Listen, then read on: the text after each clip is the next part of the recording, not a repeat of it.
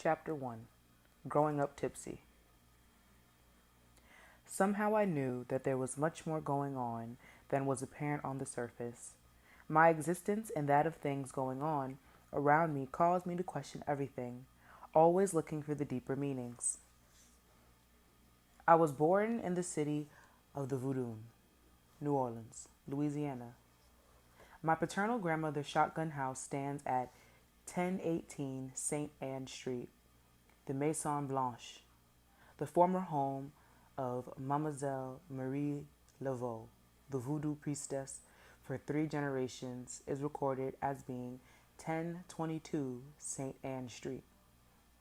To this day, my grandmother's house carries a sign that reads, the Marie Laveau Apartments. New Orleans, like the San Francisco Bay Area, where I now live, is a psychic seaport. The psychic energies of many people living and dead hovers over the city of New Orleans, possibly because of the water. Visitors to the city become tipsy after being there only a short time. Tipsy is the name given to that state of mind that precedes possession. It is also understood and used to mean slightly drunk. I grew up tipsy. I spent many days and nights in the dark, mysterious house of my grandmother, Mama, Catherine Mason Allen, while my mother and father were at work. Due to the limited perceptions of a child and the nature of my memory, I can only describe it vaguely. I remember a big, too soft and bulky double bed in the middle room. This is the place where my cousin Frank Jr. took refuge from the whippings he always seemed to have earned.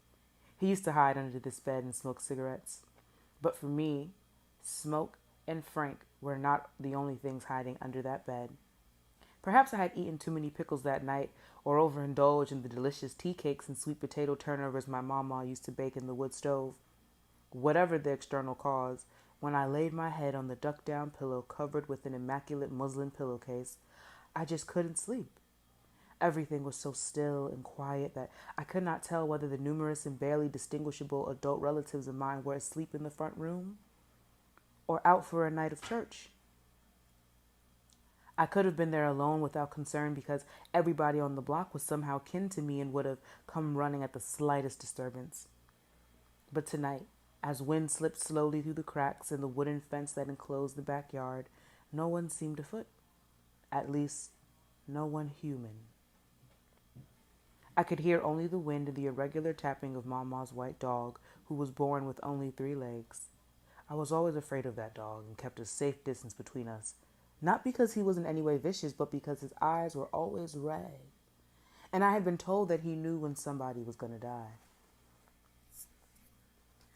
I lay there listening to this tap dance against the window, and I stared at the ceiling thoughtlessly. After a period of time that I cannot judge, a feeling of apprehension began to creep over me. Somebody, or something, was moving snake-like and slowly under the bed. Was it Frank? Had he crawled under it to avoid a whipping and fallen asleep? Had Mama's creepy dog gotten under the house and situated himself directly beneath the bed? When I asked myself these questions, the wind told me, no, sure. As my fear mounted, I became aware of the sensation of lifting subtly. My back seemed not to touch the buttons of the mattress.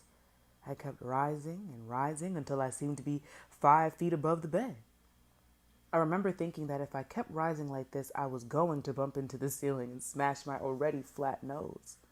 I want to go down, I said nervously inside my head. And at that moment, my face seemed to sink through the back of my head so that my chest and feet were still facing the ceiling, but my face was looking down at the bed. And what a sight it saw. There under the bed was an undulating sinew mass of matter, as brown as the waters of the muddy Mississippi River. It was squeezing out from under the bed on all sides like a toothpaste tube with pinholes in it. The brown was taking forms, humanoid but undistinguishable by gender. They were getting higher, showing heads with eyes, bellies, legs, outstretched arms, and I was getting closer to the bed. My face, now only a few inches from the sheet, returned to the other side of my head. And as my body descended, I looked at these brown humanoids towering over me. I seemed to shake uncontrollably. My muscles moved about as if I had no bones. I opened my mouth, screamed, but the sound was made only inside my head. The brown folks seemed to take a deep breath as my body settled on the mattress. They touched me, and their matter slipped into my muscles and ran through my veins. The floodgates opened, and as a warm, astringent liquid sank into the mattress, I sank into sleep. I remember telling my mother about this dream. She laughed, stroked my head, and asked me if I recognized any of the people who had come from under the bed. I told her, "No, ma'am," and the matter was forgotten. This happened when I was about 5 years old. 23 years later, I got a piece of an explanation of its meaning. A Puerto Rican woman water gazed for me and, without knowing my story, told me to make 2 dolls for my unknown ancestors and keep them under my bed. Across the street from Mama's house was a classic French Quarter home, complete with a veranda and cast iron lattice work. I used to sit on the top of my grandmother's house and stare at the balcony. There was a little girl, brown skinned, with 2 long black braids, who would grin to show me that she had no teeth.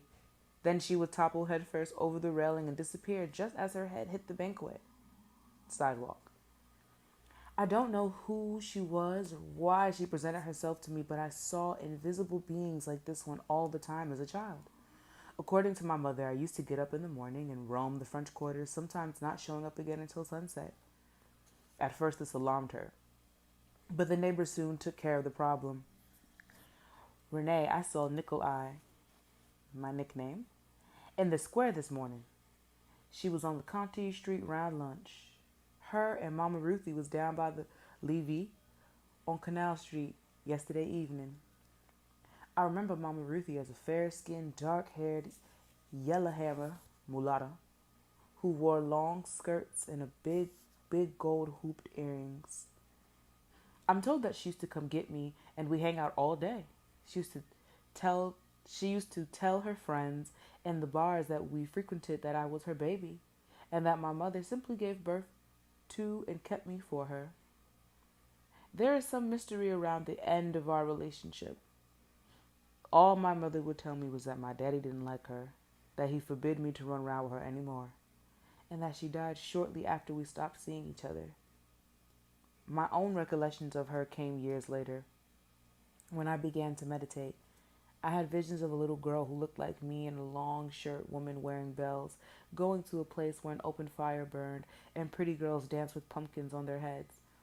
I cannot tell if this is fact or the product of my imagination. I may never know.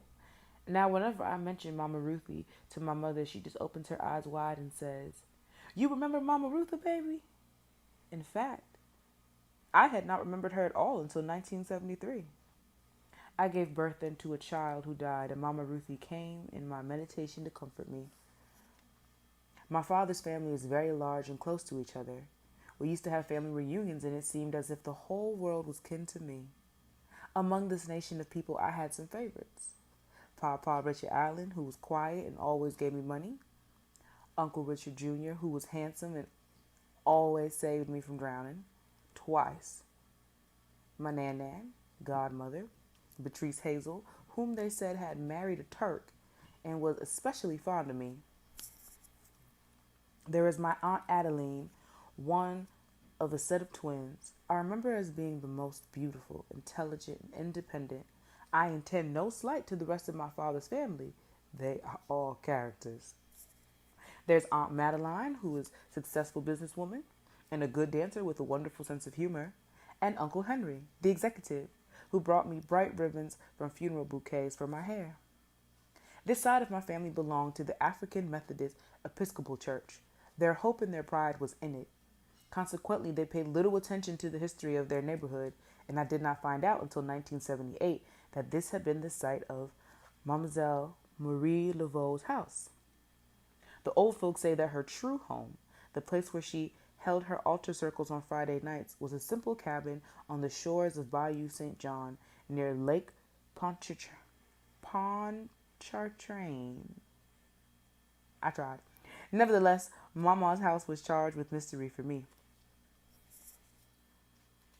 My immediate family moved to the west bank of Mississippi, the mother of rivers, to a small town called the Algiers, where the mysteries continued. Algiers is a place where the Voodoos took refuge in 1850, when New Orleans City Police were conducting frequent surprise raids on their gatherings. The element of secrecy became so important under this oppression that many voodoo practices formerly regulated to the altar circle became integrated into the culture under the guise of common everyday acts. The practitioners infused the most common household items and acts with spiritual power. In this way, they kept their practices but lost much of the accompanying theology. Mamselle used red bricks dust as protection powder and for drawing ritual symbols on the floor during worship. It became a common practice to scrub steps down with red brick dust to protect the home from both human and spiritual intruders as a sign of kinship to other practitioners. In time, scrubbing steps with red brick dust became a sign of cleanliness, and people who use it claim that it sterilizes wood and fills cracks in stone. I remember climbing red scrubbed wooden steps as a youngster, and my mother used to laugh as she told me about my childhood habit of eating red brick dust. I remember many other incidents that hinted at magic too. Our Algiers house was a few doors from a corner liquor store, and the street lights were brighter than the gas lights in the French quarters of New Orleans. I used to stand in front of the liquor store and eavesdrop on the conversations of older folk. I heard many things, most of which made no sense and which I do not remember. One significant statement that I do remember vaguely and can make some sense of went something like, I'm going to go see that old two-headed man, going to get some anisette.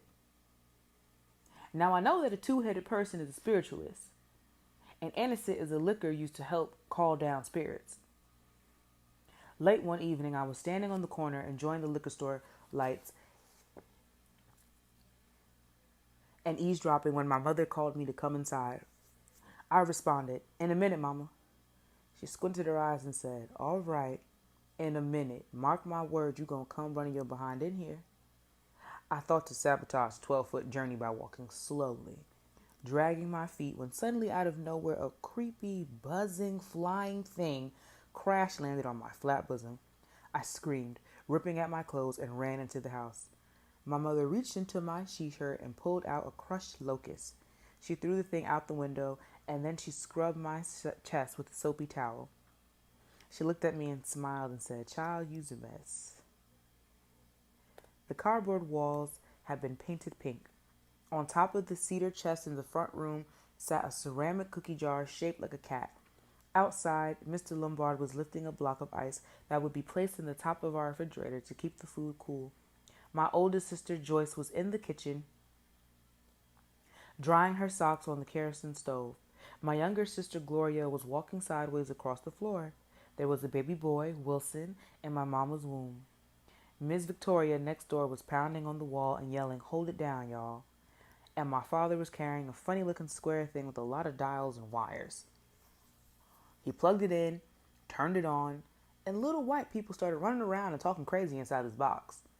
I had already been mystified by the talking box Mama kept in her room, and now Daddy brought one in with white people running around inside it. This box gave me faces to go with the voices of Amos and Andy. I saw that Sapphire wore ridiculous hats, and her mother stuck her lip out. I saw Buckwheat's hair shoot straight up on his head, and Al Johnson acted really silly with black stuff on his face. Yancey Derringer and his Indian friend Paco shot bad guys on Bourbon Street in Rochester, co-signed for whatever Jack Benny said. Later, I was impressed by the Twilight Zone, Star Trek, Bewitched, Topper, and the Night Gallery. I watched Jason and the Argonauts, and the biblical movies. Television showed me that other people entertained strange thoughts too. But somehow, I never believed that the full moon was really going and doing the Wolfman in. The backyard of this house was where the bathroom was located. Joyce used to run and lock herself in it to avoid whipping. My mother and I hung clothes on a rope line strung between the fence and a chinnaberry tree. The number 3 tin was usually full of shrimp, crabs, or turtles, which would become dinner. One day, while cleaning oysters, my daddy pulled a loose tooth out of my head. The next day, while Mama was chopping wood, I complained of a headache, and my mother told me a terrifying story. You know, baby, there used to be a little girl that ran around here who was always complaining about her head hurt.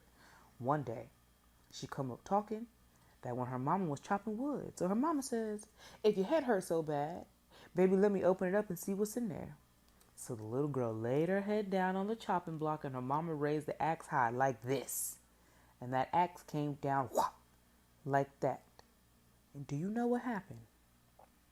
I stood full of wide-eyed wonder. No, ma'am. Cockroaches and whatnot came crawling out of that child's head. You ain't got no cockroaches in your head, do you, baby? Magically, my headache went away. My mother often cured with words.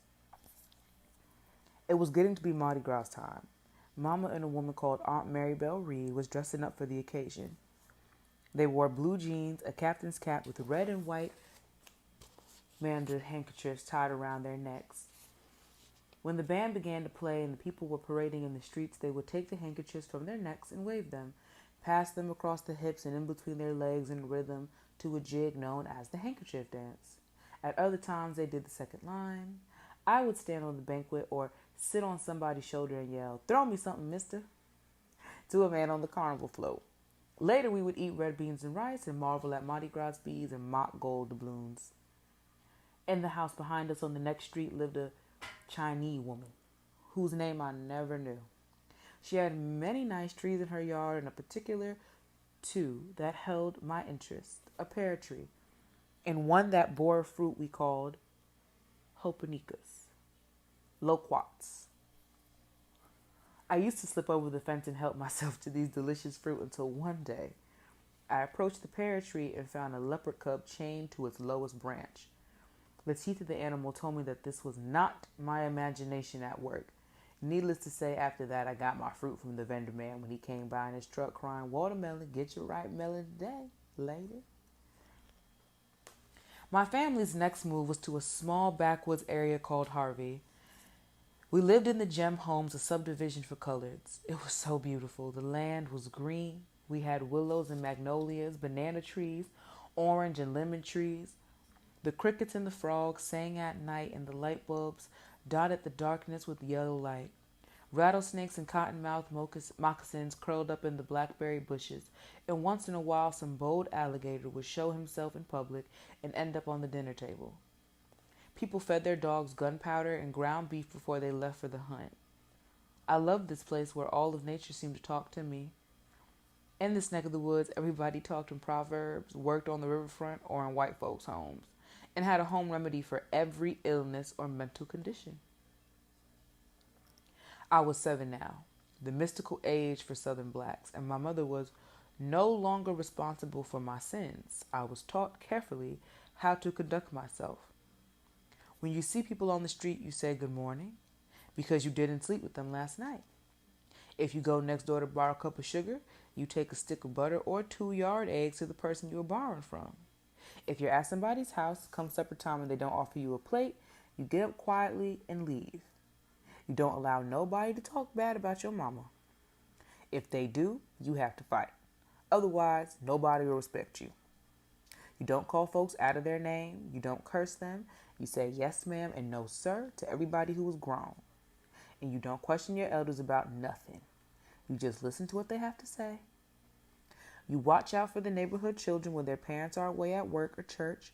You never make fun of deformed or crazy people. Interestingly, alcoholism and homosexuality fell into this category because everybody's got a cross to bear. You don't sit around people's house when they are cleaning up. You make yourself useful by washing dishes or taking out the garbage. If you're visiting with somebody and they accidentally sweep your feet, get up and leave. When it's thundering and lightning, you put away all the things metal and sit still because God is talking. And you fight until you win or lose, but you never run from a fight. Now, I began to take special notice of the women in my community. It seems I had a mother on every block. This, of course, was a double-edged sword. On one side, I could not go hungry or fall down sick without auntie, cousin, sister, or big mama so-and-so doing something about it. On the other hand, if I committed a transgression 6 blocks away from home, I could get at least 5 scoldings and 2 whippings before I got home to receive the final one. When a woman was in my neighborhood had a baby, the neighborhood women slaughtered and fatted calf, so to speak, and fed her other children, cleaned her house, and visited steadily for the next 2 weeks.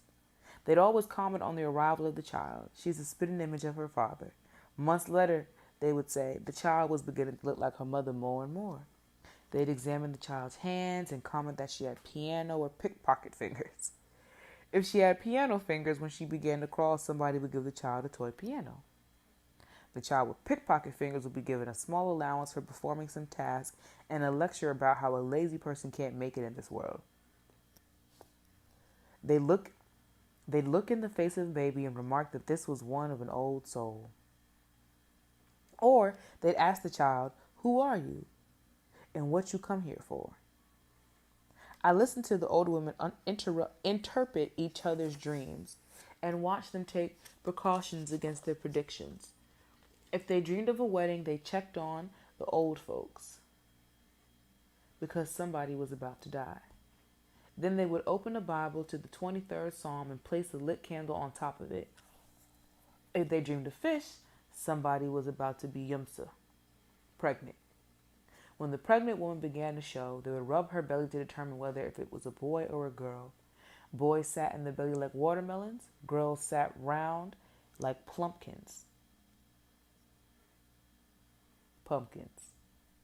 After birth, a woman took Lydia E. Pinkhin vegetable compound to settle her womb. Younger women took quinine and turpentine to bring their periods down. All the teenage girls struggled to be virtuous, but nature had to take its course. And the girl who had waited too late to marry might find that her nature had backed up on her and would go crazy. When a boy and a girl were born in different families in the same year, the mothers joked about them marrying each other. A lot of times, the kids actually did marry later. Now, my mother began to say to me that I was Catholic. Her policy was God by any means necessary. Although I was Catholic, I could go to the nearest church regardless of its denomination. A socio-political factor was involved here. The nearest Catholic church for coloreds was All Saints in Algiers, now 2 or 3 towns away. St. Rosalie's was in Harvey, but was on the other side of the highway and was reserved only for white folks. And without my mother's knowledge or permission, I was one of the first little black girls to integrate the Mass at St. Rosalie, an act that got me chased across the highway by white boys with sticks and stones. So most of the time I went to the local Saintfield church, headed by a powerful black man named Elder Mack. Elder Mack would hold his ear and preach till his head was dripping without sweat. Once in a while, he reminded us that before God touched him, he almost killed a man. Wondrous things happened in this church. They played tambourines and sang heart-rending songs. People would get possessed by the Holy Spirit and talk in tongues. Once I saw a crippled man throw down his crutches and run like an athlete out of that church. There were seats of honor, the deacon's bench, and the mother's bench. Occasionally, they gave a heaven and hell party to raise funds for the church. Here's how it works. The sinners come and buy a plate of chicken or fried fish and a beer. They stayed outside and danced to the music of a recorded player. The saints also buy a plate and a cold drink, soft drink, soda, or coffee, and they sit inside and read the Bible or sing gospel songs. I, of course, always went to hell at these fundraisers. There were prayer meetings almost every night and candlelit processions at least once a year. My mother came to the Sanctified Church sometimes, but more and more she reminded me that I was Catholic. Once in a while, she would remind me of the promise she had made to Papa, her father, on his deathbed. "Don't let my grandchildren grow to be no sand dancers," were among his last words. Sand dancers are spiritualists who draw insignia on the floor in the same way that Mademoiselle used brick dust. They do the ring shout dance and bring down the Holy Spirit. My mother did some curious things like cleaning her house with holy water taken from the Catholic Church.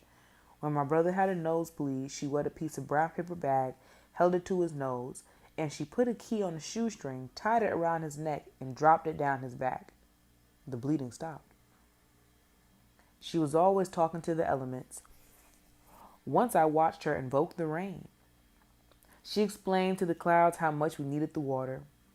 Later that night, it rained. If it rained while the sun was shining, she'd say, "Damn it, the devil is beating his wife again." I saw her talk to a frog, calling it by the name of a neighbor man who had died. The frog hopped into the house of this man and took place in the middle of the living room floor. She called the frog by the man's name and told him to go back from where he came, and the frog politely left the room.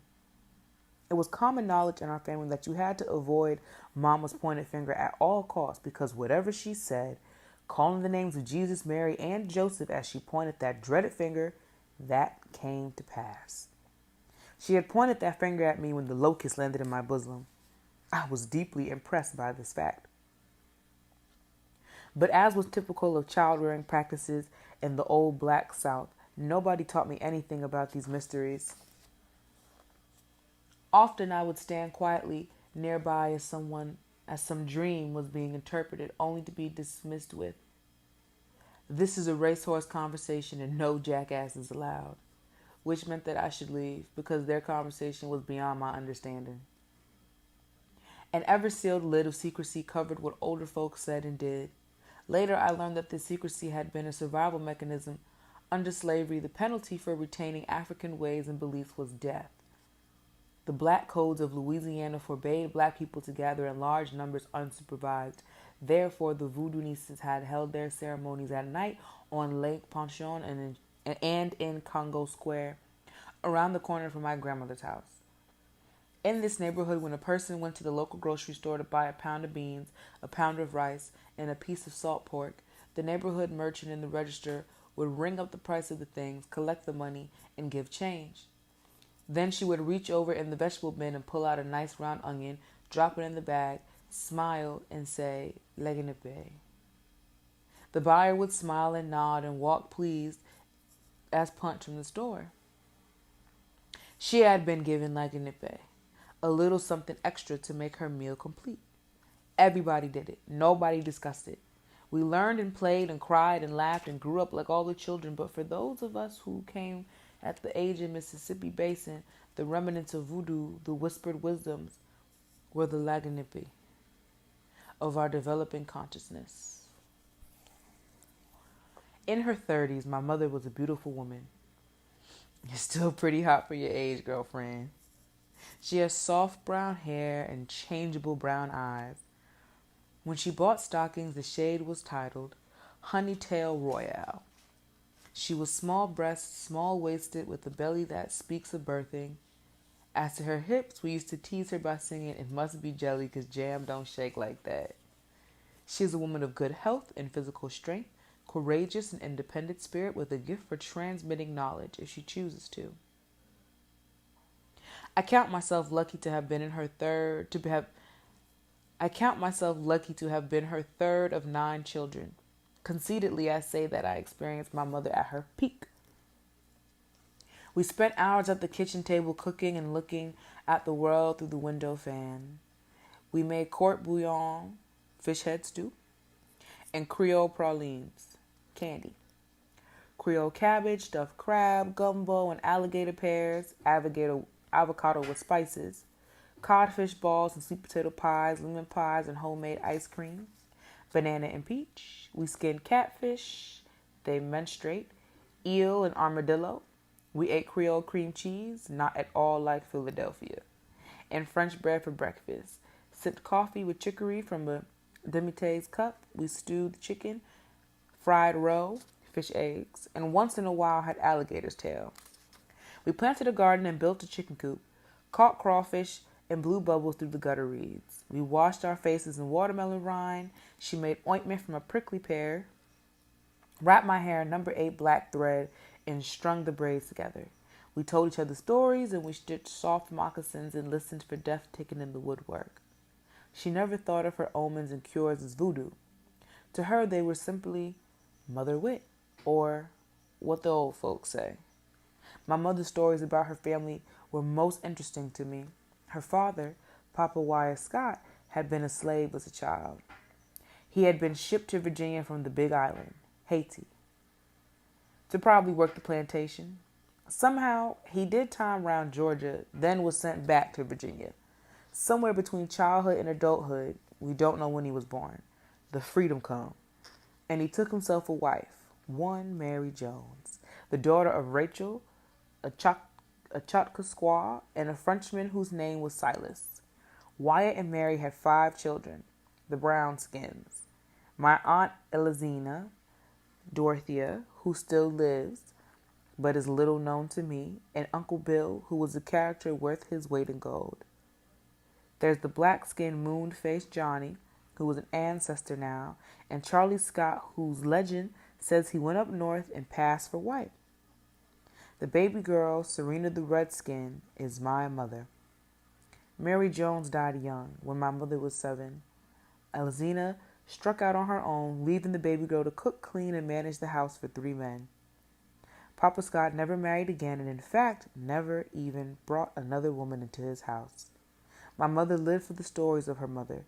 Papa went to sleep when I was 3, so I lived for the stories of Papa and Big Mama, as she would have been called if she lived. According to my mother and my Uncle Bill, there are 2 outstanding stories about these grandparents. The first is as follows. In the year before Big Mama died, Papa came down with pneumonia. He was taken to a place where colored people were treated, and after examination, the white doctor told Big Mama to build a pine box coffin for him. Big Mama took him home and said that she would not let him die.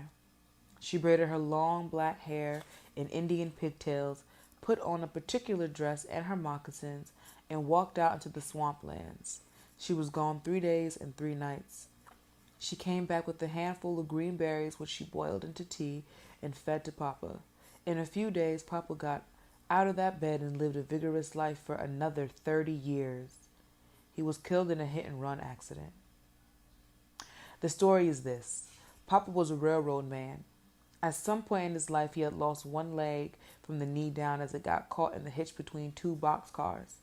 Papa used to sit on his front porch in Slidell, Louisiana, with a greedy-brimmed hat pulled down over his eyes and his one leg cocked up on the porch rail. People always thought that he was asleep, but he could tell you everything that had happened in the community that morning.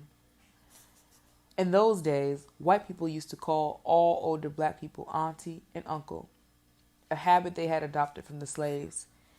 It seems that the sheriff of Slidell imagined he had some business with Papa and proceeded to disturb his sleep by pulling on his leg and calling, "Uncle, hey, Uncle."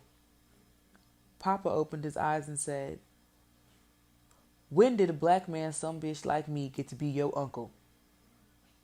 He reached under his seat and opened rifle fire that sent the sheriff hightailing to visit another uncle. He got the reputation for being a crazy nigger, and the white men of that town left him alone in general.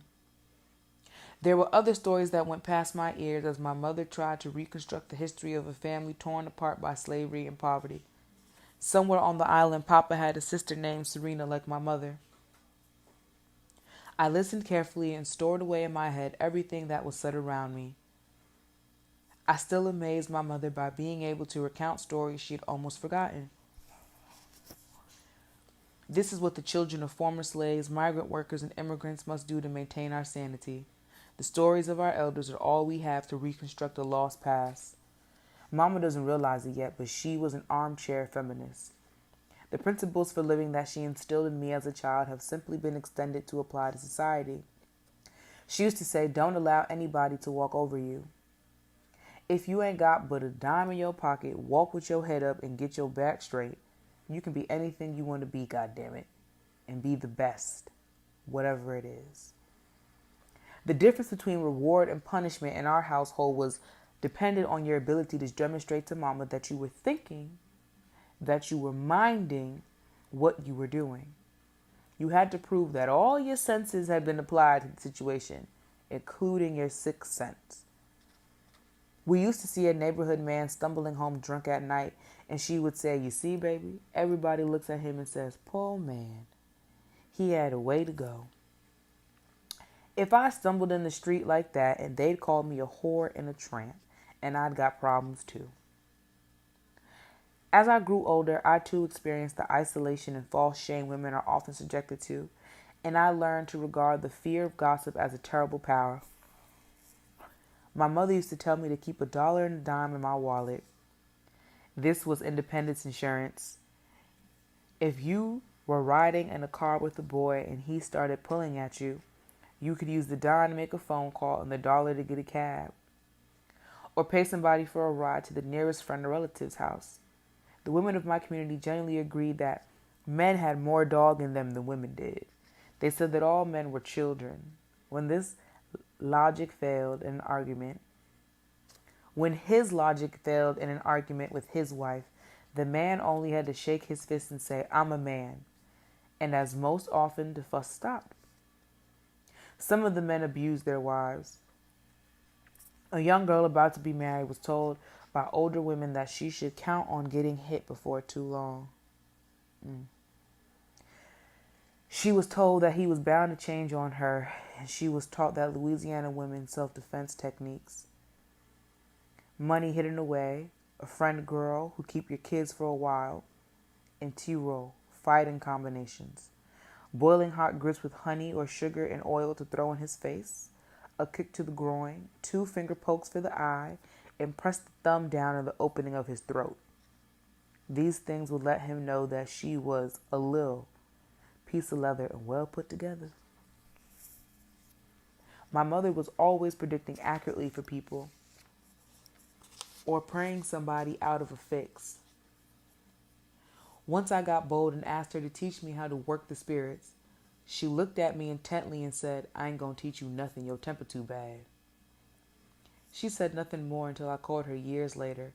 I casually informed her that I needed some gopher dust, graveyard dirt. She gave me a lecture about using that stuff and advised a cleaner course of action. It was a trick I'd used to get her to talk. She said I used to read and work the spirits for people, but most folks are just too suspicious and cunning, so I asked the spirits to leave me. But the spirits did not leave her. She has simply redirected her powers and restricted their use to her family. I have inherited her unfinished community work. Ages 9 to 14 brought a panorama of nightmare visions. At 10, I began to menstruate and discovered that there was another area of my life surrounded by secrecy. Suddenly, I was a woman. A dreadful thing had happened to me. I was unclean, sick, and a candidate for ruination, a word used to mean rape and pregnancy. At the same time, I heard whispers that my menstrual blood could be used to work magic. With it, I could steal a man's nature.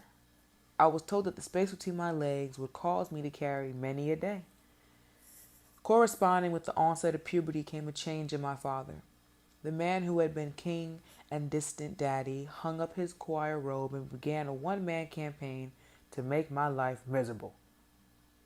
Suddenly, he complained that I was stupid, ate too much, was ugly, and would never amount to anything. At first, I tried to prove to him that I was good. I brought home straight A report cards, got parts in school days, stayed away from the boys, sang in the church choir, kept as quiet as I could, and did everything I could think of to please him, but nothing did. I equated him with God the Father, the terrible, the powerful, great bearded man in the sky. The man who had all the power. The man who had created Eve as an afterthought. The man who had his only begotten son crucified. I knew other girls who had good relationships with their fathers, but try as I did, mine continued to be an endless source of irritation to me. I used to stand in our backyard, lush, green with St. Augustine grass and banana trees, and stare at the sky. I'd see the bearded white man in the clouds. I tried to talk to him, but the clouds would just dissipate. He was unreasonable. He never answered me. In rage, I'd climb on top of the house and stand defiantly with the clenched fist raised in anger, shaking and screaming inside my head, "I'll get you, you motherfucker. One day I'll whip you." I did not have a good image of God the Father until 1974, when I made personal contact with Abatala, the androgynous sky god of the Yoruba pantheon. He brought me wisdom, humility, and a loving tenderness that I had never known. The first work. household magic. To spiritually clean a house. Moving clockwise, place a teaspoon of salt in all the corners of the house, beginning at the front door and ending at the back door. Sprinkle baby rum on the tip of the new broom and beat the walls from top to bottom at the corners. Moving counterclockwise, pick up all the salt from the corners and flush it down the toilet. Now mop the floors in a solution of first urine, drinking a glass of water before retiring, and collect the urine in the morning before doing anything else. 2 tablespoons of brown sugar and perfume. If your home is also your place of business, add 3 pennies or other coins depending on the amount of business you want to attract. And Chinese or Van floor wash, 2 tablespoons. As you are mopping the floor, speak aloud the kind of life you want to live in the house. Do this in each room, throwing water out the back door.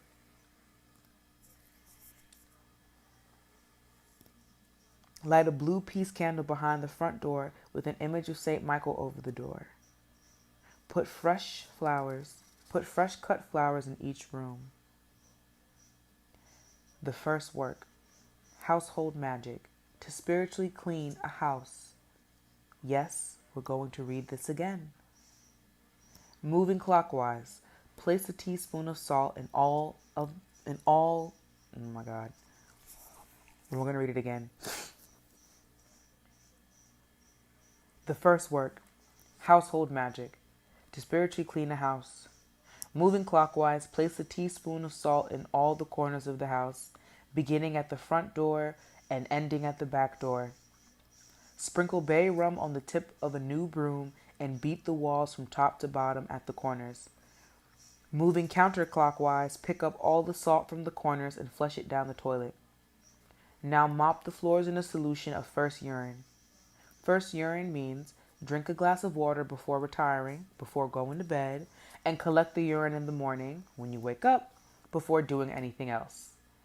2 tablespoons of brown sugar and perfume. So that means you need to add 2 tablespoons of brown sugar and perfume to your urine, and that is the solution you're going to mop the floors with. If your home is also your place of business, add 3 pennies or other coins depending on the amount of business you want to attract, and Chinese or Van floor wash. Use 2 tablespoons of Chinese or Van floor wash. As you are mopping the floor, speak aloud the kind of life that you want to live in the house. Do this in each room. Throw the water out of the back door. Light a blue peace candle behind the front door with an image of St. Michael over the door. Put fresh cut flowers in each room. Tomorrow we will continue on. We have ended on page 19 and we are still in the section Growing Up Tipsy. I ask that you all excuse some of my little mispronunciations here or there. We all have our accents. Remember that. And I hope that this reading has been enjoyable for you all today. Please make sure that you have also picked up the text so you can read along. We are going to continue on with pages 20 to 50 tomorrow. Thank y'all for listening. Now, what I want you all to do is also write down some questions and write down some things you learned. I learned a lot of new vocabulary from today's reading. I think there were a lot of things that were funny. I really like the way that this is written. It's written as memoir and storytelling, which I think makes the approach to the subject easier. You know, everyone has their own hoodoo. And so to speak, that means, yes, there are general, and you could even say, right, kind of universal practices if you're hoodoo. But the beautiful and amazing thing about hoodoo is it's focused and I would say rooted in practicality. So it's about doing the best with what you have. And I really love that this is written from more of a storytelling aspect. But you need, you need all of your text. So as important as a text like this is, you also need the others that are very straightforward. Maybe you could say they read more dryly because they're written in more of a research and just more of a, this is what you do, steps 1, 2, 3, 4, ABC format. But like I said, you need all versions. You need it from all angles and all sides. But yeah, I really enjoyed today's reading. We got through pages 1 to 19. I think this will be about an hour long. And I'll be back with you guys tomorrow. We'll be working our way from pages 20 to 45. I might go a little bit past 45, but I definitely do not want to go past page 50. Okay? I love you all. Many blessings, much abundance, and ashe.